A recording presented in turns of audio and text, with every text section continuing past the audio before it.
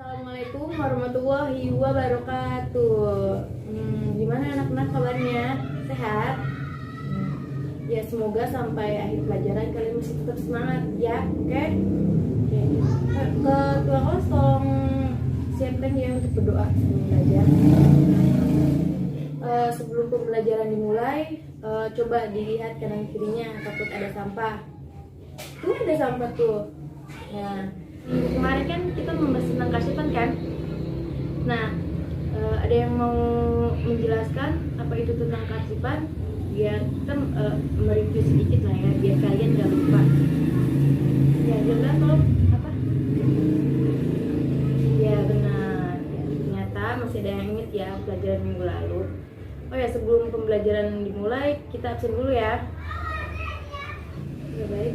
Hilda Nur Fadila, Irmawati, Tania Kirana,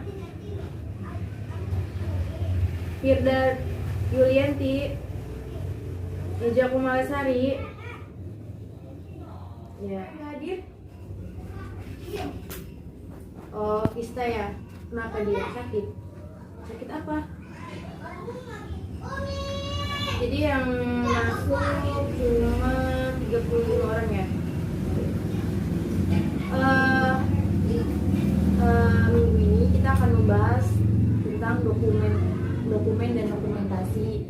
Nah, ini ada yang tahu nggak apa itu dokumen dan dokumentasi? Ayo tanya apa? Ya benar. Nah, kita langsung aja jelaskan, kita langsung bedah apa itu dokumen dan dokumentasi supaya kalian bisa membedakan ya. Jadi dokumen dan dokumentasi itu jelas-jelas sangat berbeda. Ya, jadi di kearsipan ini, mata pelajaran kearsipan ini, dokumen dan dokumentasi sangat penting ya. Jadi kalian harus memperhatikan, oke? Nah, langsung aja, Ibu berdiri ya. Dokumen dan dokumentasi ini sebelum kita menjelaskan secara lebih luas, Ibu punya pengertian menurut para ahli.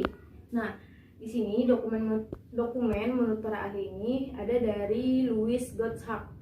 Nah, dokumen merupakan sumber tertulis bagi informasi sejarah sebagai kebalikan daripada kesaksian lisan artefak peninggalan terlukis.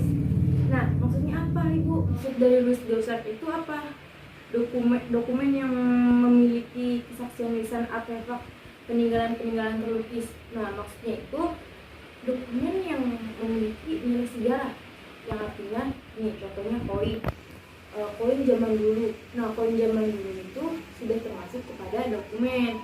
Nah, biasanya kayak peninggalan zaman dulu seperti artefak, koin, patung, terus kayak peninggalan sisa zaman dahulu kala tuh yang apa tuh peralatan makan yang kayak gitu, biasanya itu dijadikan sebuah dokumen dan malah ada yang dimuseumkan karena begitu pentingnya nilai sejarah ini. Nah, selanjutnya ada menurut KBI. KBI ini menjelaskan bahwa semua catatan tertulis baik tercetak maupun tidak tercetak dan segala benda yang terpilih untuk dikumpulkan, disusun, disediakan atau disebarkan. Nah, maksudnya ini apa? Kalau ini tuh maksudnya, jadi untuk kalian ketahui bahwa yang dimaksud menurut KBI ini, contohnya biar lebih kalian gampang ya dipahami. Di perusahaan tuh suka ada tuh surat-surat. Nah, di surat itu suka ada keterangannya. Contohnya ada sepertinya kamu kerja di perusahaan AB. Nah, kamu mau cuti. Nah, di situ kan suka ada tuh, kamu harus bikin surat cuti, keterangan cuti. Nah, itu kamu kasihkan kepada bagian umum kan ya. Kalau enggak bagian kepegawaian. Nah, itu surat keterangan itu dijadikan dokumen dan diarsipkan. Itu yang dimaksud dengan dokumen juga ya, biar kalian paham. Oke. Nah, selanjutnya ada dokumentasi menurut para ahli dari Paul Otlet. Nah, dalam International Economic Conference tahun 1905, Paul Otlet menjabarkan pengertian dokumentasi. Nah, dokumentasi itu adalah kegiatan khusus yang berupa pengumpulan, pengelolaan, penyimpanan, dan penemuan kembali serta menyebar dokumen. Nah, contohnya itu seperti apa? Nah, dokumentasi kita sendiri kalau jalan-jalan atau apa kan suka ada tuh foto-foto. Nah, foto-foto itu bisa disimpan di HP, di laptop. Nah, itu saja sudah menjadikan hasil dokumentasi kita atau hasil kegiatan kita. Contohnya kita rapat, kita ada acara. Nah, itu kan suka ada tuh dokumentasi yang orang-orang yang mendokumentasi lalu hasilnya menjadi dokumen.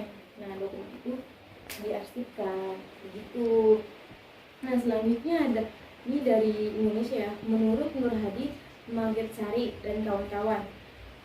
Menurut Nur Hadi Magetsari, pengertian dokumentasi adalah bahan yang termasuk dalam jenis, bentuk, dan sifat apapun tempat informasi direkam. Penyampaian informasi berupa fakta. Dokumentasi. Nah, orang-orang yang berdokumentasi sudah jelas-jelas fakta. Soalnya yang didokumentasi itu berupa foto, video, dan audio. Audio maksudnya berbicara ya. Nah, itu sudah masuk ke dalam bentuk dokumentasi ya. Kalian ngerti kan? Nah, sekarang kita membahas pengertian dokumen dan dokumentasi secara luas ya. Ada pengertian dokumen secara luas nih ya. Jadi bahwa dokumen mencakup segala benda yang dapat memberikan keterangan tidak terbatas pada yang tertulis dan tercetak saja, termasuk benda-benda yang mempunyai nilai sejarah seperti patung, keris, mata uang kuno, dan sebagainya. Nah, yang dijelaskan tadi sama Louis Gottschalk bahwa memang benar dokumen itu adalah suatu bentuk ya, jadi benda, dia maksudnya ke dalam benda. Jadi hasil dari nilai sejarah ini seperti patung, keris, mata uang kuno, dan sebagainya yang berbentuk sebuah benda itu maksudnya pada dokumen. Nah, biasanya dokumen ini dimuseumkan.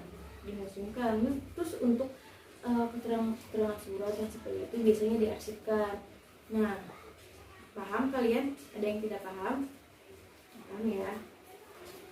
Nah, selanjutnya ini pengertian dokumentasi. Tadi kan ngebahas tentang pengertian dokumen ya. Kalian sudah paham lah ya. Nah, sekarang pengertian dari dokumentasinya. Nah, apa itu dokumentasi? Nah, jadi dokumentasi adalah kumpulan dokumen-dokumen yang dapat memberikan keterangan atau bukti dan aktivitas yang berkaitan dengan proses pengumpulan dan pengolahan dokumen secara sistematis serta penyebarluasan kepada pemakaian informasi. Sama seperti David, bahwa dokumentasi ini adalah suatu bukti aktivitas atau kegiatan.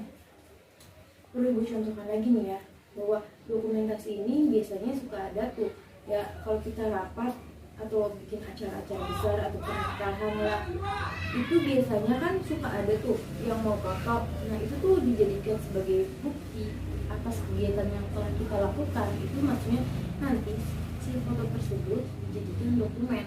Itu anak-anak nah ya, tahu lah ya perbedaannya seperti apa. Jadi itu hasil foto itu disebarluaskan kepada pemakai informasi biar mereka tuh tahu kegiatan yang kita jalankan apa ya. Seperti kita contohnya jalan-jalan kayak atau apa kayak biasanya kan suka bikin, kalau di Instagram bikin story terus foto-foto. Nah, itu aja sudah termasuk pada pengertian dokumentasi. Buat kalian nih takut ada yang masih belum paham nih, Ibu jelaskan lagi nih, ini perbedaan dokumen dan dokumentasinya nih ya, biar kalian benar-benar paham supaya nanti pelajaran selanjutnya kalian bisa menerima dengan baik pelajarannya. Yang ini sudah paham dan yang akan datang kalian bisa belajar.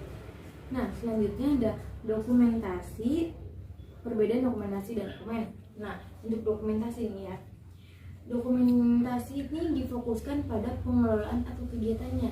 Jadi orang-orang yang berdokumentasi itu biasanya mereka sedang memiliki aktivitas dan kegiatan. Berbeda dengan dokumen ini difokuskan pada benda atau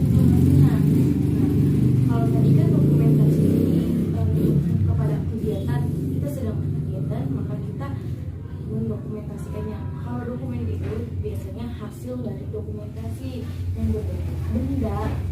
Nah, itu kita moto kalau kita cetak itu menjadi sebuah benda, dan benda itu bisa kita disimpan sebagai bukti dan dokumen.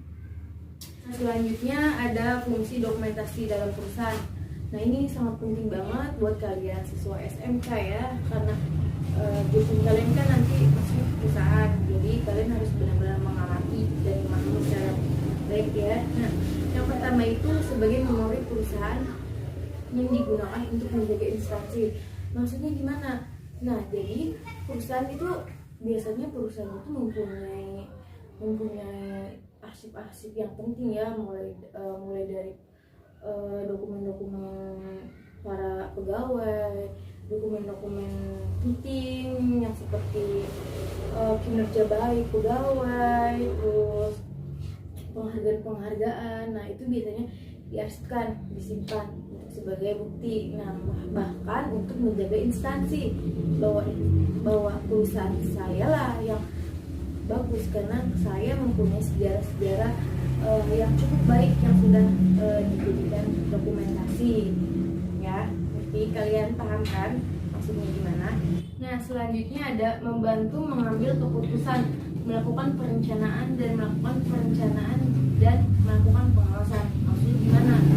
Nah, biasanya dalam pengawasan, contohnya perusahaan sedang melakukan pengawasan, nih pimpinannya nggak bisa hadir, jadi ya cuma bawahan-bawahannya saja nih yang bisa hadir. Nah, biasanya itu didokumentasikan, nih pengawasan ini seperti ini di video. Nah, nanti biasanya dikasihkan kepada pimpinan tersebut. Nah, itu biasanya pimpinan tersebut bisa mengambil keputusan dengan hanya cara melihat pengawasan. Nah, karena dokumentasi ini adalah sebagai bukti bila seperti bawahannya berbohong ya misalnya gitu. Nah, itu yang bisa dicek hanya dokumentasinya.